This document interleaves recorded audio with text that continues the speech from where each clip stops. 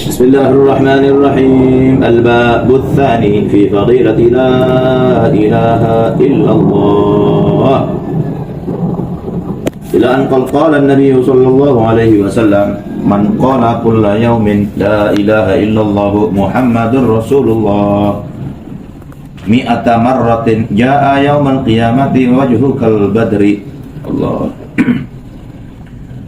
Lebih dari 14 abad silam Nabi kita Maulana Muhammad sallallahu alaihi wasallam telah bersabda, barang siapa yang mengucapkan zikir la ilaha illallah Muhammadur Rasulullah setiap hari 100 kali, maka kelak di akhirat orang yang langgeng membaca la ilaha illallah Muhammadur Rasulullah 100 kali itu akan datang dibangkitkan dari kuburnya, ya, dalam kondisi wajahnya terang benderang bak seperti rembulan, terang banget gitu, terang banget. Allahumma alhiqna wa albisna, semoga Allah Subhanahu wa ta'ala hiasi lisan kita, basahi lisan kita untuk berzikir dengan zikir sebagaimana dahulu Nabi menyeru, yaitu la ilaha illallah Muhammadur Rasulullah. Rutinan setiap salat Jumat, setiap salat maghrib kita la ilaha illallah Muhammadur Rasulullah. Itu mudah-mudahan juga ikut la ilaha illallah al-malikul haqqul mubin Muhammad Rasulullah shadiqul fadil. Amin. Dan kalau itu menjadi rutinitas kita sampai mati bahkan, maka jangan heran ketika ini amalan apa ini, kita terkaget-kaget. Dahulu tuh ya, guru kami Habib Umar itu pernah mengatakan ketika manusia itu dibangkitkan dari alam kubur, mereka manusia semuanya ini akan terkaget-kaget lagi, amalan apa ini? Amalan apa ini? Ternyata ada yang kaget karena amalan memberi gula kepada semut. Ada yang kaget juga, lagi amalan apa ini? Amalan di mana dia secara sebetulnya tidak sengaja untuk menghilangkan batu di jalan. Lagi amalan apa ini? Ternyata amalan di mana dahulu dia pernah membantu orang yang melebihi dari kebutuhan dirinya. Ada uang misalnya 50, mama ini butuh dua, saya ketemu akhirnya dikene kabeh.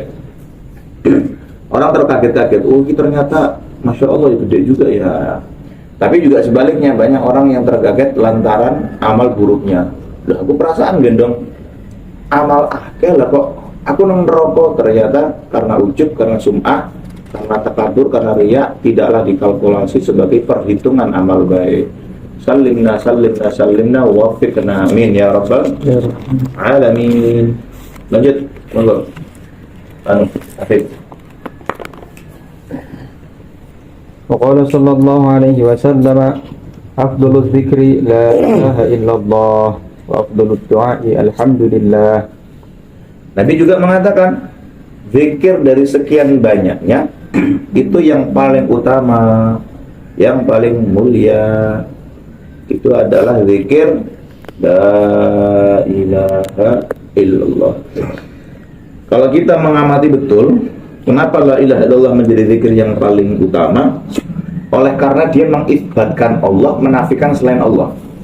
La ilaha illallah cara makna Jawane kan la ilaha ora ana pangeran kang dipen sembah iku maujud illallah kejaba Gusti Allah. Pemaknaan lebih luasnya adalah la ilaha illallah, tidak ada zat yang mampu membahagiakan kita kecuali Allah. Tidak ada yang membuat strata sosial kita mulia di mata manusia itu kecuali Allah. Tidak ada satu zat yang mampu menyelesaikan problematika hidup kita kecuali Allah. Tidak ada.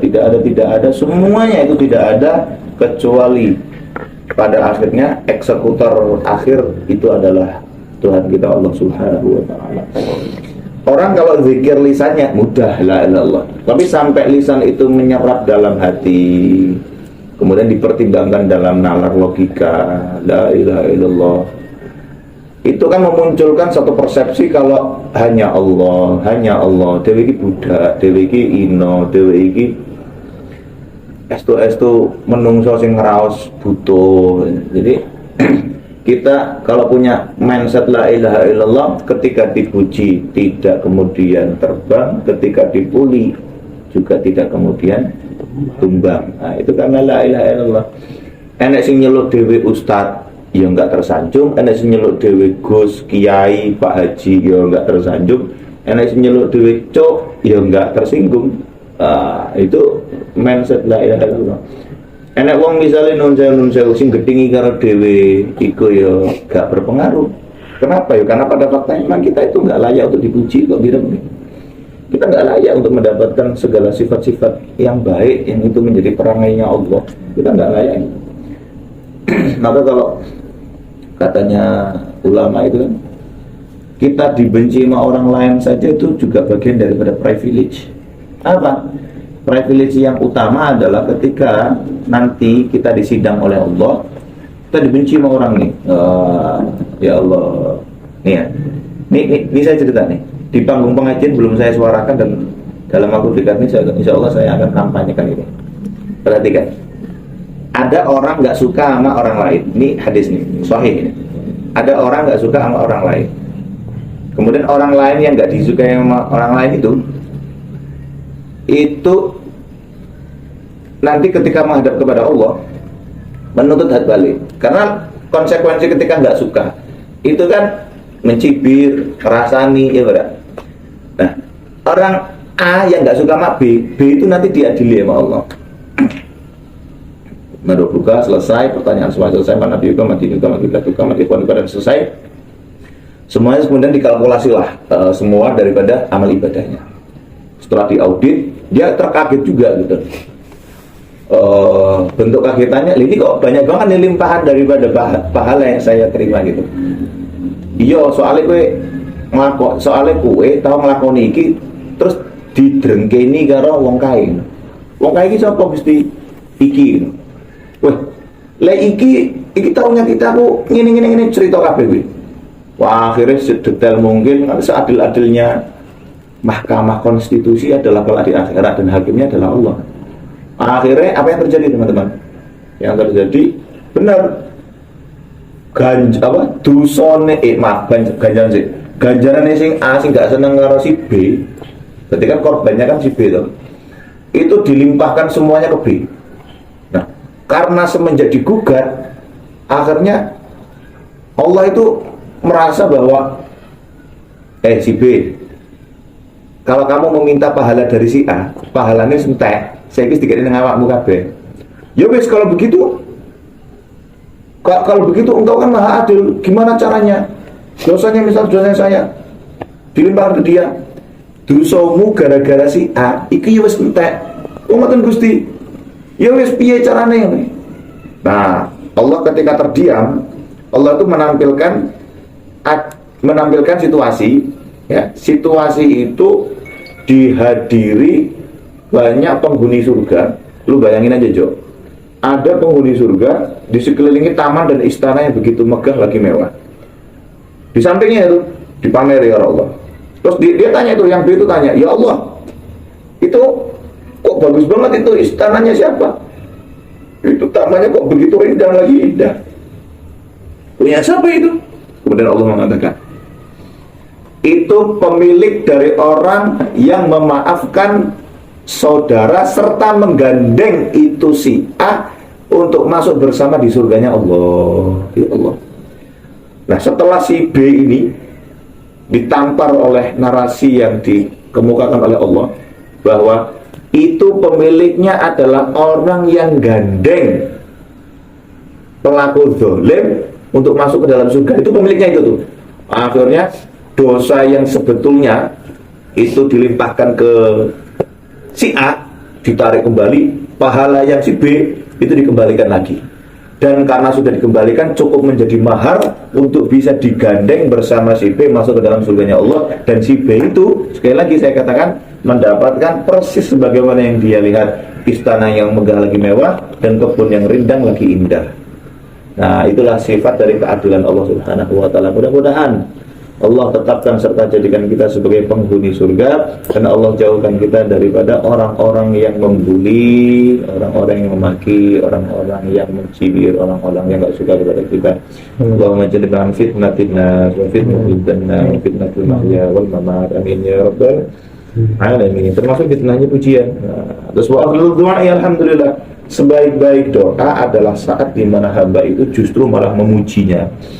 Doa yang representatif adalah doa yang dikeluarkan oleh diri seorang hamba dengan rentetan demi rentetan pujian. Allah Karim, Allah Ghaffar, Antal Jawad, Anta Arhamar Rahimin, Anta Arhamar Rahimin. Nah itu Allah itu paling bagus itu, paling suka, paling demen tuh. Dan sekali lagi doa yang paling indah adalah doa di mana kita itu memuji kepada Allah. Kalau dalam hikam itu ya, di hikmah-hikmah yang terakhir ada pernyataan menarik ya kan, mengenai pola pikir mindset orang yang berdoa. Kerap kali kita ketika meminta kepada Allah kan yang dikeluarkan adalah narasi-narasi permintaan kan. Allahumma inna nas'aluka, saya minta ini, lindungilah kami dari, ya Allah selamatkan kami, bla bla bla. Orang-orang dulu itu ulama ya, khususnya di kitab Hilyatul Auliya, di sana dikatakan ulama itu dahulu di dalam menarasikan doa saat menghidupkan sepertiga malam itu 95% itu isinya pujian dok. Tadzallul we ora, merasa hina aja enggak, jadi ngelem terus, ngelem. Karena kalau dalam pengertian apa namanya seperti Risalah Syariah sama pengarangnya Risalah Syariah ya. Nah, kalau dalam Risalah Syariah itu dia mengatakan begini, istighfar itu minta ampun, tapi ketika kamu meminta ampun kepada Allah dengan membangun persepsi bahwa saya adalah pendosa ya, mengingat-ingat dosa demi dosa, kesalahan demi kesalahan yang pernah diperbuat, itu justru malah istighfarnya orang yang takabur, orang yang sombong. Kenapa? Karena seolah-olah Allah itu nggak kuasa untuk mengampuni dirinya.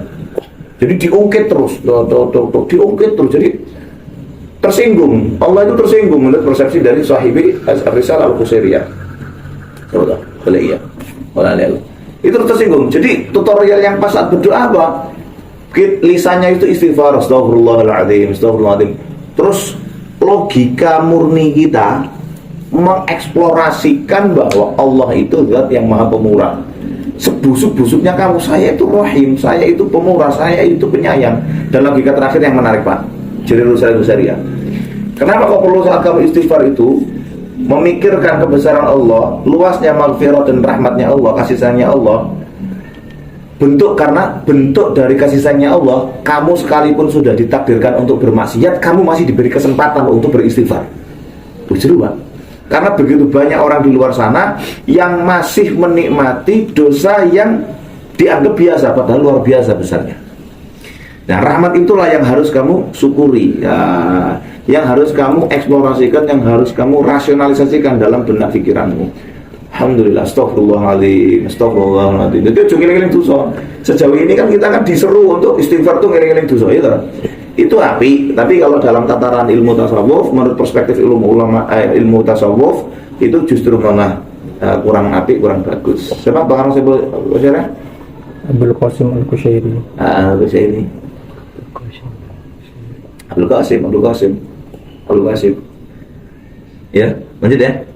Jadi kalau kita berdoa itu Pak, sepertiga malam kayak wahyu itu, ya Allah, wahyu bangun jam 3:30, terus mandi, wudu, gelar sajadah, la ilaha illallah, la ilaha illallah, la ilaha illallah, sehingga rontok iki apa gini, serbuk bunga jambu iki ya mergo getaran zikir si wahyu, la ilaha illallah, la ilaha illallah.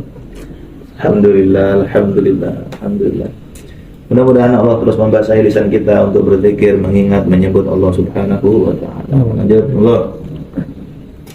وقال صلى الله عليه وسلم قال الله تعالى لا إله إلا الله كلامي وأناه من قال هذا دخل حصني ومن دخل حصني أمن عقابي Allah Subhanahu wa taala telah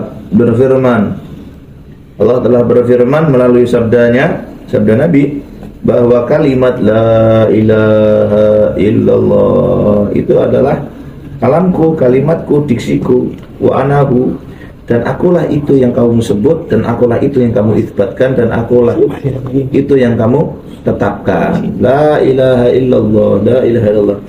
Jadi dulu gue pernah ikut pas di Bogor, ya, lu dengerin ya, pas di Bogor gue pernah ikut mujadahnya Mursyid Thariqah Qadiriyah dari Australia.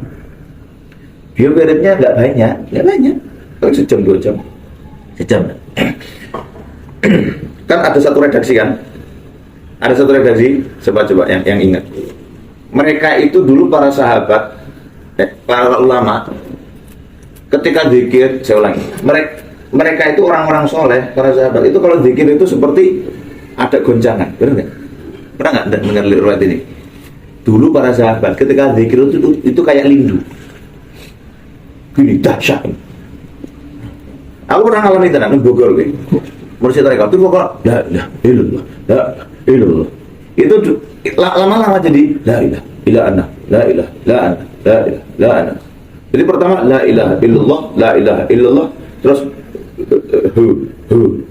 ya. Itu langsung iya, mutakalim wahdah. Ya. Kenapa? Karena Allah itu sudah merasuk kepada ini ruh, ini jasad. Jadi tidak ada Tuhan selain Allah. Bisa ngomong ilisannya dewe, Jepang dewe, nggak dikontrol karo hukum alam ilmiah itu nggak ada. Alam bahasa dari yang mana? La ilaha illallah, terus la ilaha illahu, la ilaha illahu, la ilaha illahu, terus terus ya. Ini gitu sih. Ya. Saking dia itu sudah wahdatul wujud. Lek bahasa Jawane apa? Manunggaling kawula. Nah, ana sing la ilaha illa ana, la ilaha illa ana gitu. Sampai Yusuf Al-Hallaj ya. Hajjaj Al-Yusuf Al-Hallaj ya. Yusuf sah namanya? Coba cari. Yusuf Al-Hallaj. Hallaj sah? Ya, Hallaj. Itu kan ya karena zikirnya itu. Tapi ini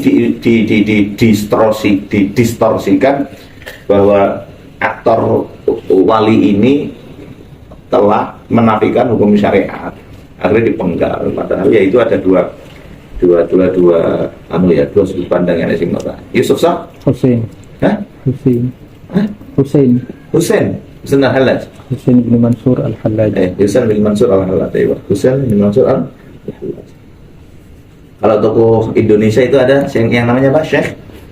Syekh Siti Jenar. Jadi Jenar itu Masya Allah itu. Dia Jenar Masya Allah itu. Menarik tuh kalau cerita itu lain waktu. Ya, terus kemudian beliau mengatakan man qalaha, didengerin Wahyu. Siapa orang yang mengucapkan ya la ilaha illallah dakhala hisni, itu orang yang mengucapkan masuk dalam pengawasanku, masuk dalam perlindunganku, masuk dalam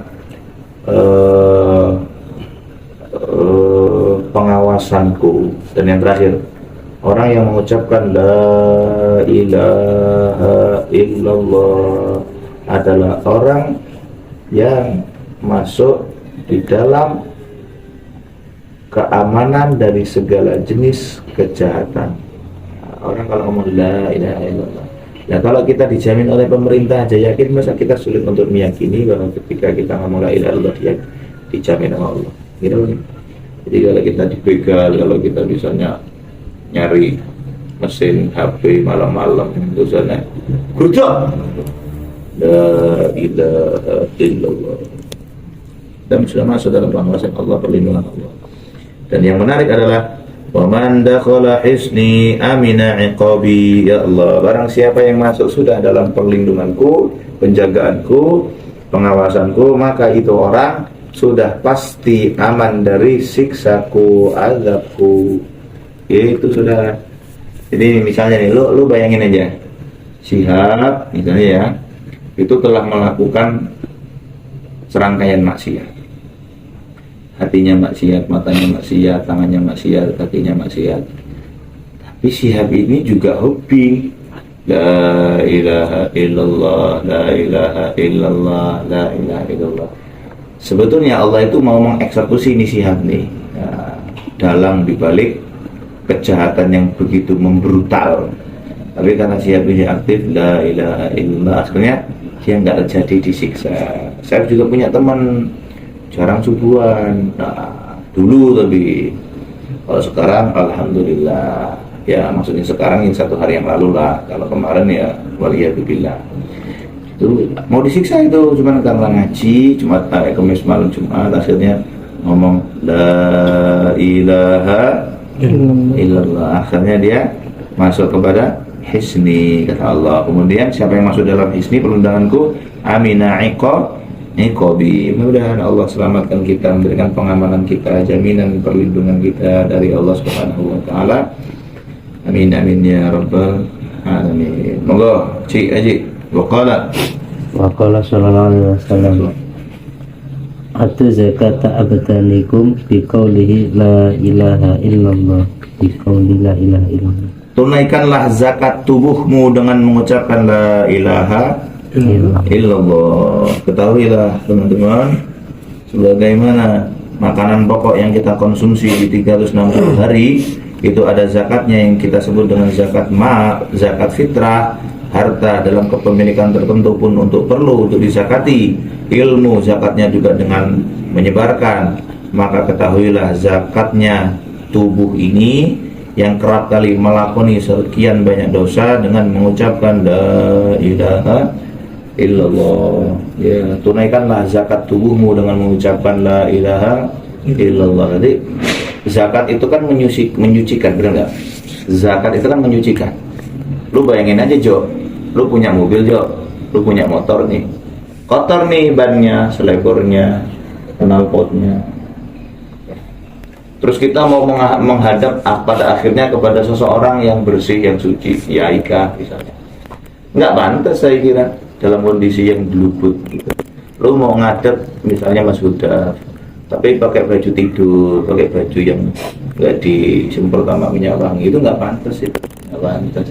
Belum masuk sudah mau ngelamar jadi multimedia ya, udah Mas keluar aja Mas, nggak representatif tuh Mas kita. Nah begitu pula dengan tubuh kita. Adakah 1 inci dari tubuh kita yang nggak melakoni dosa? Ada. Telinga kita, mulut kita, mata kita, tangan kita. Karena dirasa dan diyakini tubuh kita seringkali berdosa, maka saya kira perlu banyak sekali zakat-zakat yang harus dikeluarkan. Bagaimana untuk kita membayar zakat? Adalah dengan sering mengucapkan ucapan la ilaha illallah. Wa sallallahu alaihi wasallam. Moga Cik.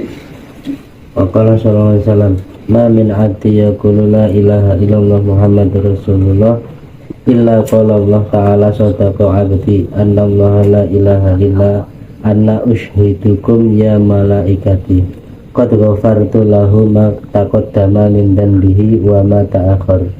Sallallahu alaihi wasallam. Ketahuilah hadirin, ketahuilah teman-teman, ma min 'abdin, tidaklah ada seorang hamba yaqulu, yang mengucapkan la ilaha illallah, ya bareng-bareng, la ilaha illallah Muhammadur Rasulullah.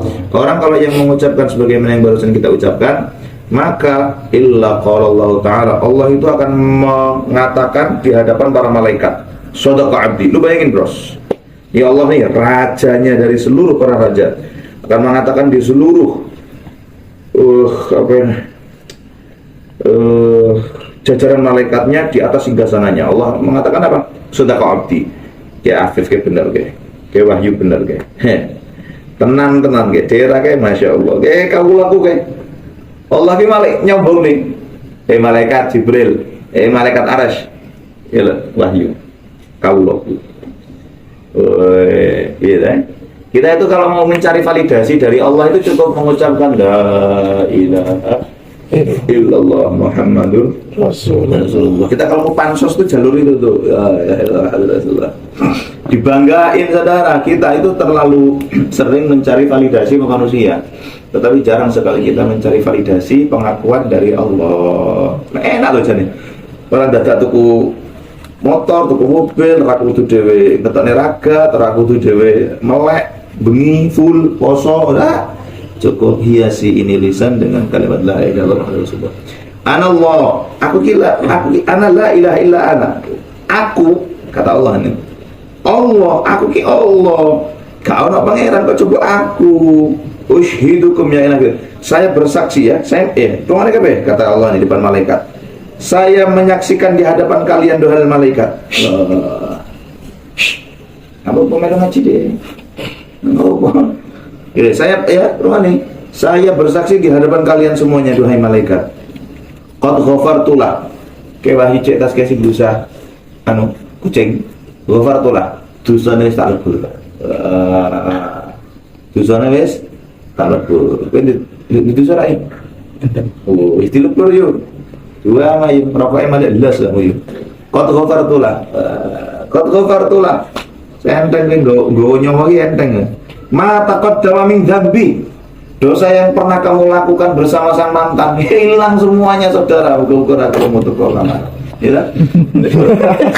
Hilang semuanya juga. Dosamu bersama mamamu, bapakmu, tetanggamu, temanmu, hilang semuanya. Allah, hilang semuanya. Wa ma ta'akhkhar. Kamu belum menjalani usia ke-21, umurmu seperti tekan 21, tapi kalau pangeran mesti lebur di usia 21. Bicara lagi. Mantap, Jo. Desamu loh, Bos. Jadi lek desamu usia sampai 21 maksiat kendel ya. Terus pindah malah, ya Allah, betapa mudahnya kita sebetulnya mencari pengampunan dari Allah. Cukup mengucapkan la ilaha illallah Muhammad Rasulullah. Dosa yang masa lalu oleh Allah itu diampuni, yang akan datang itu akan juga sudah diampuni. Nah, ini muncul pertanyaan nih. Muncul pertanyaan. Lah kalau misalnya belum nyampe masa lalu kemudian kompensasinya sudah diampuni, maka saya nggak benefit apa-apa dong. Paham nggak? Masa yang akan datang itu akan diampuni. Ternyata umur ini gak sampai dino iki misalnya bengi kita. Jadi nggak tahu apa. Kata Syarih Syurahul Hadits, dia mengatakan bentuk dari pengampunan yang telah dijamin oleh Allah itu berganti dengan pahala. Gitu. Bangga saya. Allah. Allahumma fil dhunubana wa waghfir walidayna wa walidina waj'al alsinatana malbusan ya Allah bi dzikri la ilaha illallah Muhammad Rasulullah sallallahu alaihi wasallam. Monggo, Habib. وقال صلى الله عليه وسلم من قال لا إله إلا الله خالصا دخل الجنة. Nabi juga mengatakan barang siapa yang awal qala la ilaha illallah wa akhir qala la ilaha illallah. Mana ini?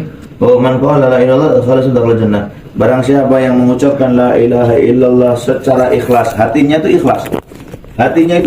La ilaha illallah, maka dia akan masuk ke dalam surga. Sekali lagi saya katakan, barang siapa yang mengucapkan la ilaha illallah itu nggak ada keinginan pengen masuk surga, nggak ada keinginan untuk diampuni dosa, nggak ada apalagi urusan dunia pengen dianggap wong soleh, wong suci, dianggap ustadz, dianggap wong mulia. Itu gak enak. Murni pengakuan bahwa benar-benar tidak ada Tuhan selain Allah. Khalis. Namanya murni itu kan ya nggak ada satu titik campuran apapun. Ya bareng-bareng coba dilatih. La ilaha illallah. Ya bahkan ikhlas tidak karena saya mengajak untuk bersama kita zikir. Sarang-sarang. La ilaha illallah. Sambil bayang nih bahwa tidak ada Tuhan, gak ada nang dunya iki pangeran sing patut disembah, sing patut dilem kejabi Allah. Bismillahirrahmanirrahim. La ilaha illallah. Saya. Orang itu walau hanya sekali karena ikhlas mengucapkan la ilaha illallah, persis ia akan masuk ke dalam surganya Allah. Semoga Allah tetapkan kita min ahlil jannah. Amin. Monggo, hasil. وقال صلى الله عليه وسلم من كان أول كلامه لا إله إلا الله وآخر كلامه لا إله إلا الله وعمل ألف سيئة إن عاش ألف سنة لا يسأله عن ذنب واحد. Masya Allah. Dengerin. Man kana awwalu kalami la ilaha illallah. Kita sebagai manusia kalau sudah bisa berbicara dan kali pertama yang dibicarakan, kali pertama yang terucap dari bibirnya adalah la ilaha illallah, dan di akhir perjalanan hidup ini yang singkat dan sesaat ini diakhiri dengan la ilaha illallah. Dengar nggak Pak Yu? Pertama ngucap bilang la ilaha illallah. Di akhir perjalanan hidupnya diakhiri dengan la ilaha illallah. Terus wa amila alfasayatin, dia pada perjalanan itu dalam kehidupannya menjalani 1000 kesalahan. 1000 yo. Kowe kan sik 809 to? 809 iki 1000 yo. In asya alfasanatin. Ketika misalnya dia menjalani hidup sampai berusia 1000 tahun.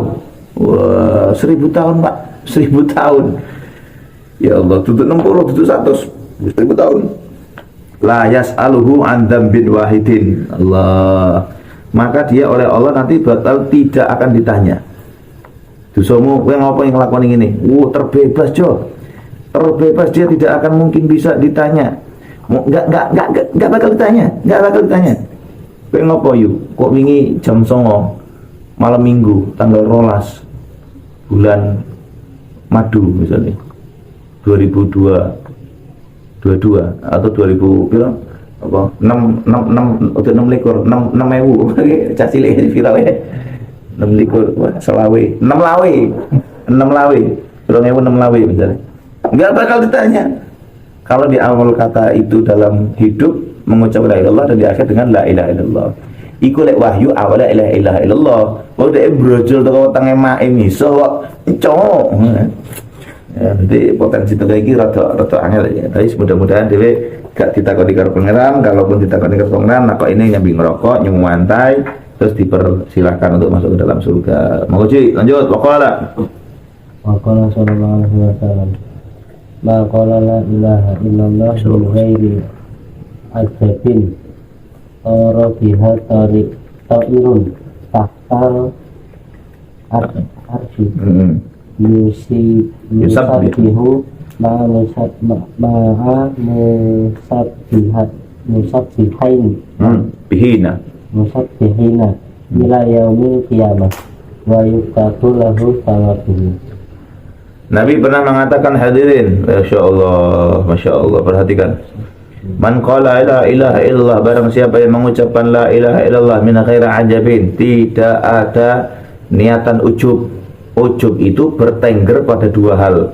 Ujub itu tidak ingin terdengar orang yang Masya Allah, orang yang soleh, juga tidak ingin terlihat sebagai orang soleh. Itu ujub itu. Ujub itu kan, sekali lagi saya katakan, nggak pengen terlihat alim, terlihat baik, juga nggak pengen terdengar baik. Itu ujub. Nah, kalau ada orang yang mengucapkan la ilaha illallah dengan tanpa ujub, maka Allah akan mengutus satu ekor burung, yang mana itu burung berterbangan di bawah arasnya Allah. Di mana arasnya? Pokoknya aras itu singgasana. Jadi kalau presiden itu punya istana di Bogor, siapa putih, siapa? Amerika siapa? Lah. Donald Trump itu punya White House, gedung putih, maka Allah itu punya aras. Nah, orang tuh kalau ngomong la ilaha tanpa ujub, maka Allah akan mempersilahkan satu ekor burung berterbangan di bawah arsy. Itu burung selain dari hanya sekedar terbang, yusabbihu ma'al musabbihina. Pokoknya, jadi kan malaikat itu kan ada banyak ya. Jumlah malaikat itu tak bisa dikalkulasi dengan angka. Kalau jumlah Nabi masih bisa 124.000. Kalau Rasul itu 313 malaikat, tak terhingga, Pak. Nah, orang itu kalau ngomong la ilaha illallah tanpa ujub, perhatikan, Allah dari sekian banyak malaikat, ya, kan ada malaikat yang sujud terus, ada malaikat yang sampai kiamat dari awal penciptaannya itu rukuk terus, ada yang bertasbih terus sampai sekarang, ada yang nunggu pohon, ada yang malaikat yang kali penciptaannya itu setelah keluar dari saat kita wudhu.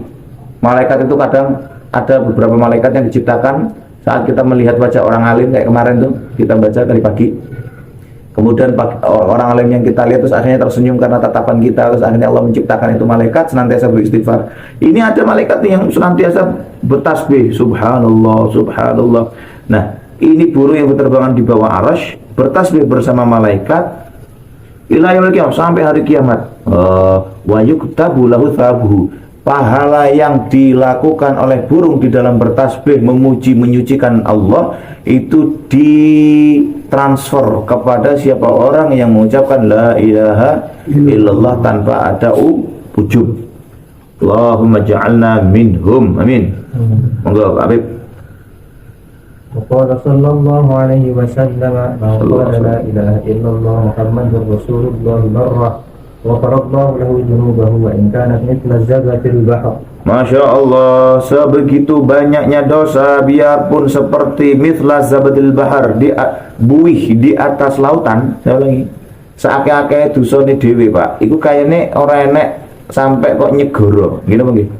Jadi biarpun ada orang yang dosanya itu persis sebanyak buih umpruk nang dhuwur laut umpama nggih, tetap oleh Allah akan diampuni. Ya, tetap oleh Allah diampuni ketika itu orang mengucapkan barang-barang monggo la ilaha illallah Muhammadur Rasulullah sekali saja. Ya Allah. Lanjut, monggo Ji. Rasulullah sallallahu alaihi wasallam Idza marral mu'minu 'alal maqabiri faqala la ilaha illallah wahdah la syarika lahu lahul mulku wa lahul hamdu yuhyi wa yumiitu wa huwa hayyun la yamutu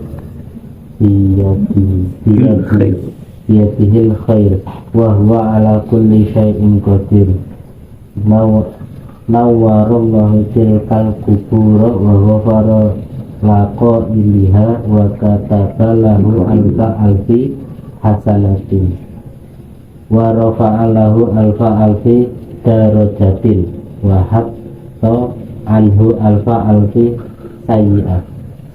Berkata Nabimu saudara sallallahu alaihi wasallam, kalau ada orang yang melintasi di pemakaman Islam, pemakaman orang yang memeluk agama Islam, dan orang yang melewati ini beriman kepada Allah, saat ia melintasi dia mengucapkan monggo bareng-bareng la ilaha illallah wahdah la syarikalah lahul mulku wa lahul hamdu yuhyi wa yumiit wa huwa hayyun la yamut biyadihil khairu wa huwa ala kulli syai'in qadir.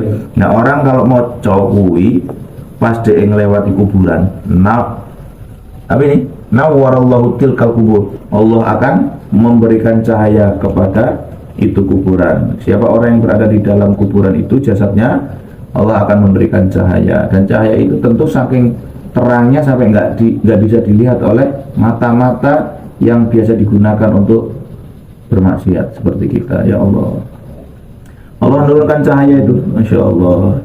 Cahaya kalau dari tukang listrik itu cahaya ini sepiro, berapa watt sih? Ini cahaya dari Allah saudara. Tidak hanya menurunkan cahaya, tetapi Allah ghafara liqailiha, Allah mengampuni dosa orang yang mengucapkannya. Wa katabalahu alfi hasanat, dan Allah menulis 1.000.000 kebaikan untuknya. 1.000.000 kebaikan Pak, 1.000.000 kebaikan. Ya Allah. Wa rafa'alahu alfi derajat, dan Allah mengangkat 1.000.000 derajat. Ya Allah. Wa hatta anhu alfi sayyi'atin. Paham enggak deh? Dihapus 1.000.000 kejahatan, keburukan, dosa, kealpaan, kekurangan. Nah, ini sebelum saya tutup nih, lu bayangin Pak, baca kalimat di atas. Besok kalau kita ada pengajian, kalau ada kuburan, kilingnya ya, kilingnya kita mau coy gigi, insya Allah, masya Allah. Kita dari Lutung kesini ke Pringsewu aja melewati beberapa kuburan tuh, kuburan. Jadi biar nggak sia-sia kita hilang apa namanya itu, bensin itu nggak sia-sia, hilang waktu, tenaga, capek nggak sia-sia, karena kita mengantongi bekal untuk kita menghadap Allah. Apa bentuk apa rewardnya apa? 1, kebaikan oleh Allah dikasih 1.000.000. 2, derajat anak tangga 1.000.000 juga dikasih. Yang ketiga, diampuni segala kesalahan. Ini dengerin nih, saya kasih satu aja nih, satu ilmu aja nih. Guru kami pernah bercerita, apa pentingnya kita diangkat derajat? 1 derajat saja, lu ada Pak, Yuk dengerin yuk. Nah, yuk dengerin. Gini ya ceritanya ya. Ada orang masuk surga. Oke, masuk dalam surga nih yuk. Di dalam surga itu dia menghirup aroma yang tidak biasa dia hirup wanginya. Terus dia takutkan malaikat. Kata malaikat, gimana buku tahu wangi teman? Kata malaikat apa? Itu adalah aroma wangi dari mereka saudara-saudaramu yang berada di surga satu level di atasmu. Satu level. Jadi orang yang masuk surga saja itu masih agak ada perasaan cemburu ketika ada keindahan yang nggak dia miliki. Nah ini kalau 1000 Pak, kita melewati satu kuburan saja dibanding mereka yang apa itu? Yang nggak biasa membaca ini dengan derajat yang di bawah kita 1 juta. Ini kalau satu makom ini, maka mungkin dia mau surga dia mau kelek. Nah, dewe mau reksona bos, reksona ini gitu dilatih itu dari ya, pas. Allahumma sholli ala Muhammad. Ini baru 1 derajat 1 juta nih bos, belum kebaikan. Nah ini kalau hasanah ini maksudnya 1 juta kebaikan, keuntungannya apa?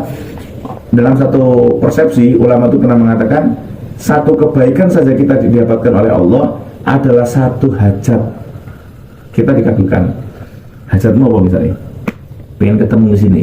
Nah, kan karepmu dong. Tapi Allah memberikan satu kebaikan ketika kamu melintasi kuburan. Kini di nulisannya nggak makom? Iya. Nggak ada. Enak tapi paling menjelur ya. Nah, umpama kok enak, kowe maca. Wah, apa yang terjadi teman-teman? Kamu mendapatkan 1 juta kebaikan. Nah, 1 kebaikan saja itu dikabulkannya doa. Allah nggak ngasih dijumpakannya itu mesin, tapi Allah ngasih HP. Bersama dengan pemiliknya. Pemiliknya namanya Sinta. Misalnya toh, Masya Allah. Dan kalau saya ya, akeh Pak dosane dhewe Pak. Sederhana wae. Salat dhewe iku eling-eling ngomongane bojo, sentakane bojo. Itu kan dosa barang Pak. Wis sunat ngiling-ngiling bojo iki baraku salam gitu kan mopo aku dieksekusi apa dimutilasi gitu. Nah itu dosa Pak. Nah, dosa itu karena kita melintasi kuburan oleh Allah diampuni. Hasil dari satu fasal ini mudah-mudahan iman kita bertambah, keilmuan kita juga bertambah, serta yang paling utama adalah amal kita bertambah bersamaan dengan diterimanya amal ibadah kita. Amin ya rabbal alamin. Wallahu a'lam bishawab. Assalamualaikum warahmatullahi wabarakatuh.